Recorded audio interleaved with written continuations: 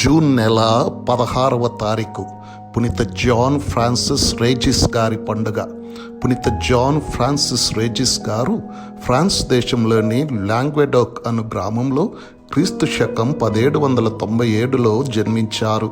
కష్టపడి చదువుకున్నారు. తమ భక్తి విశ్వాసం వల్ల తమ 19వ ఏట గురు శిక్షణలో ప్రవేశించారు. తమ 33వ ఏట గురుపట్టం పొందారు.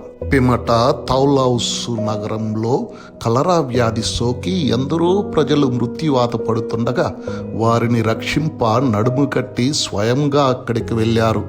అన్యులు అనేక మందిని, ముఖ్యంగా హూగుయేనాట్ అనబడు శాఖ ప్రజలను మనసు మార్చి జ్ఞానస్నానాలు ఇచ్చారు.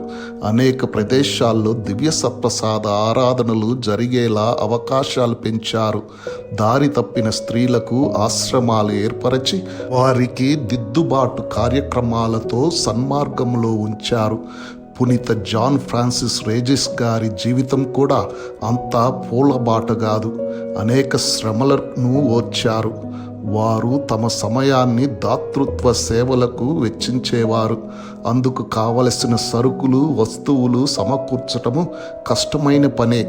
బయట నుండి లభించే ఆర్థిక సహాయం కొరకు ఎన్నో కష్టాలు ఎదుర్కోవలసి వచ్చింది. ఆయన దేవుని కృపపై భారము వేసి ముందుకు సాగారు. వారు క్రీస్తు శకం 1640లో తమ అంతిమ శ్వాసను విడిచారు. వారి మృతదేహాన్ని లాలెవెస్ పట్టణంలో సమాధి చేశారు. అది గొప్ప తీర్థయాత్రా స్థలంగా దినదిన అభివృద్ధి పొందింది. క్రీస్తు శకం 1737లో 12వ క్లెమెంట్ పాపు గారు పునీతా పట్టం ఇచ్చారు. పునీత జాన్ ఫ్రాన్సిస్ రేజిస్ గారు కాన్సాస్ నగరం, అమెరికాలోని మొతానో పట్టణం, సెనాకల్ సభ వారికి పాలక పునీతులుగా ఉన్నారు. ఫ్రాన్సిస్ అనగా స్వేచ్ఛ, ఉచితం అని అర్థము. బంగారు మాట: ఓ నా దేవా, మీ నామము కొరకు ఇంకా ఇంకా కష్టపడాలని ఉంది.